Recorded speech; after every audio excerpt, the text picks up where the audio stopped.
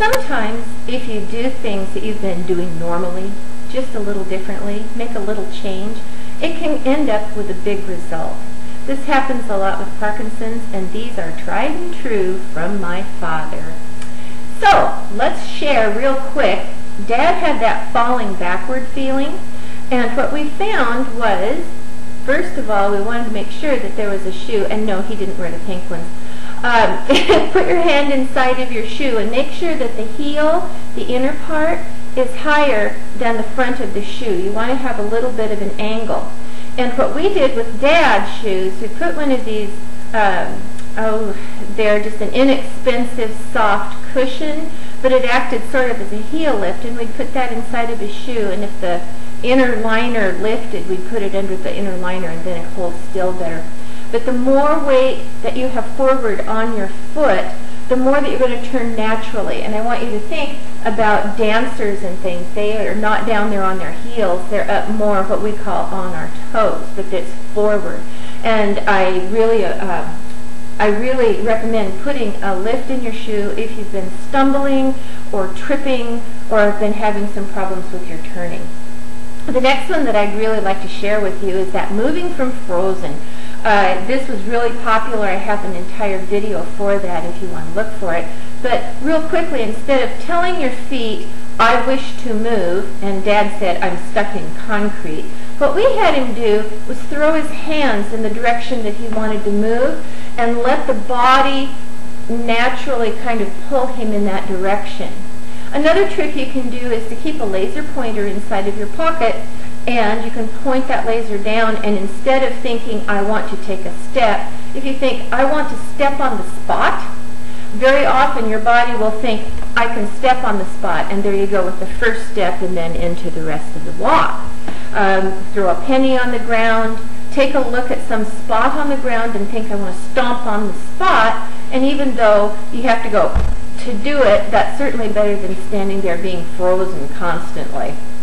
Now, if you're walking or you're standing and you're frozen in place, the idea of taking the arm in the direction to which you want to move is going to work for you as well. So if you're walking this way and you want to move, you just take the hand more or less at the hip level and run it backward. It kind of pulls the whole shoulder back, starts to turn the torso. And so instead of turning the foot, you're turning the torso and being able to take that step. And again, that's while you're walking, or if you're actually frozen in place, you can do the double, or you can turn real quick by pushing it quickly in the direction you want to go.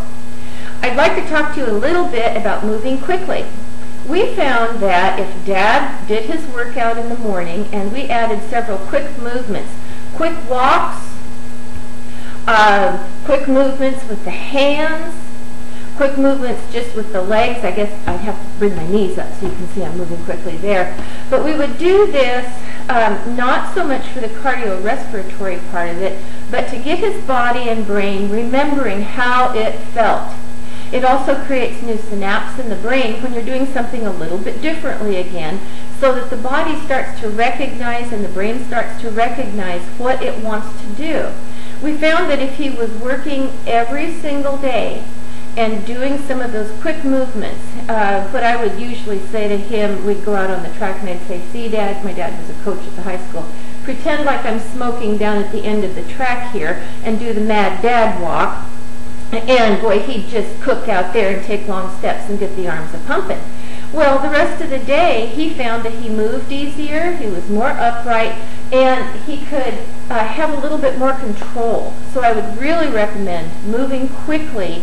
And again, you don't need to do it so that you bring your heart rate up. Do it so that you've done the action, walk a little bit, repeat the action, rest a little bit, repeat the action, rest a little bit. And see if the rest of the day you don't feel a little bit better by interspersing a workout with some quick moves. And you might want to do that right before lunch and right before dinner. You might want to do it at several different times during the day, and maybe just take 3 or 4 minutes to do that. Okay, now I'm going to have to sit down, and so I'm going to drop the camera here. I'd like to talk to you a little bit about the slides that I have underneath the chair. And so here comes a slide onto your screen before I actually do the slide. These are just inexpensive little sliders that you can buy at your local variety store. They come in different sizes. You put them under the legs of your chair. Now I'm going to go ahead and show you that by holding onto the chair, I'm on a carpet here. You saw that I was. So you see I can just scoot my chair around on this carpet a little bit easier. What we found with Dad was that we had the sliders under his chair and they had quite a thick carpet, and we'd be able to push him into the table with the dining chair, or he could pull himself if the dining table didn't come sliding toward him. We've turned by using our hands. We've got ourselves out of a freezing state by using our arms, throwing them forward. Now I'd like to share with you how to turn your head. A lot of you may have already been experiencing the heads forward posture, as my father had, and fighting it. But what I'd like to show you is, in order to turn your head, instead of turning like this, use your elbow to turn your head. It works. Take your elbow just a little bit lower than shoulder height and turn by having that shoulder go back. Look at how much farther you're able to turn your head if you use the shoulder and torso turn instead of merely turning your head.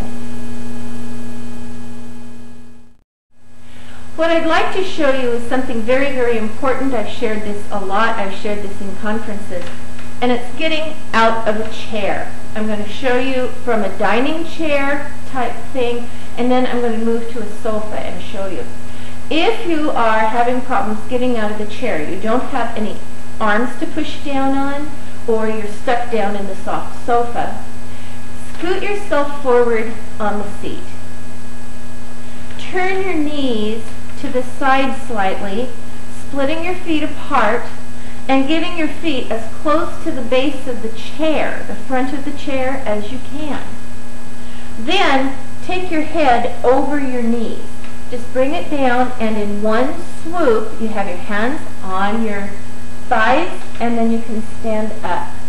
What this does, instead of having all of the weight back here and leaning and trying to get up with your feet out, you've really concentrated as much of the weight as you can so that it's going to be right over your feet as you stand up, and then you use your thigh muscles instead of your back muscles to do that.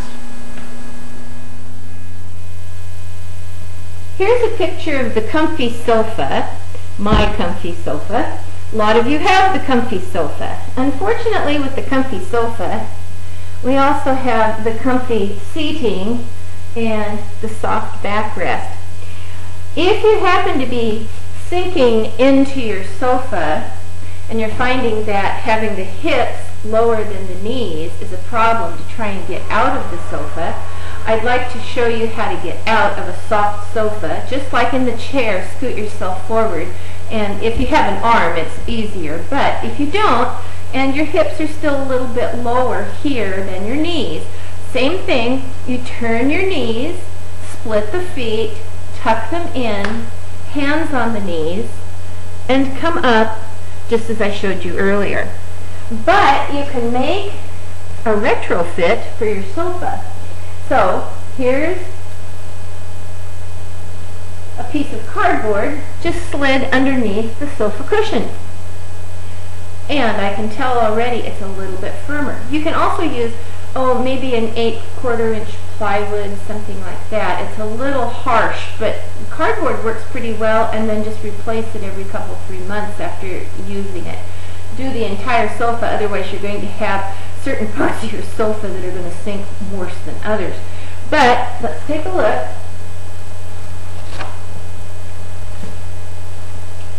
I'm going to sit down in the sofa and go all the way back. Now look at where my head is in relation to the stuff behind me.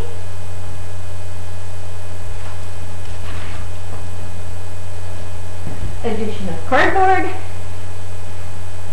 And you can see I'm just a little bit higher in that seat. It's not much, but it might just be enough for you to be able to move a little bit easier. One of my favorite exercises is crack the walnut, and it's the easiest thing in the world to help with your posture. And as you can see, I'm sitting here and my shoulders are kind of coming forward, as they do in a lot of soft, comfy chairs. And we'll be discussing the comfy lounge chair here in just a minute.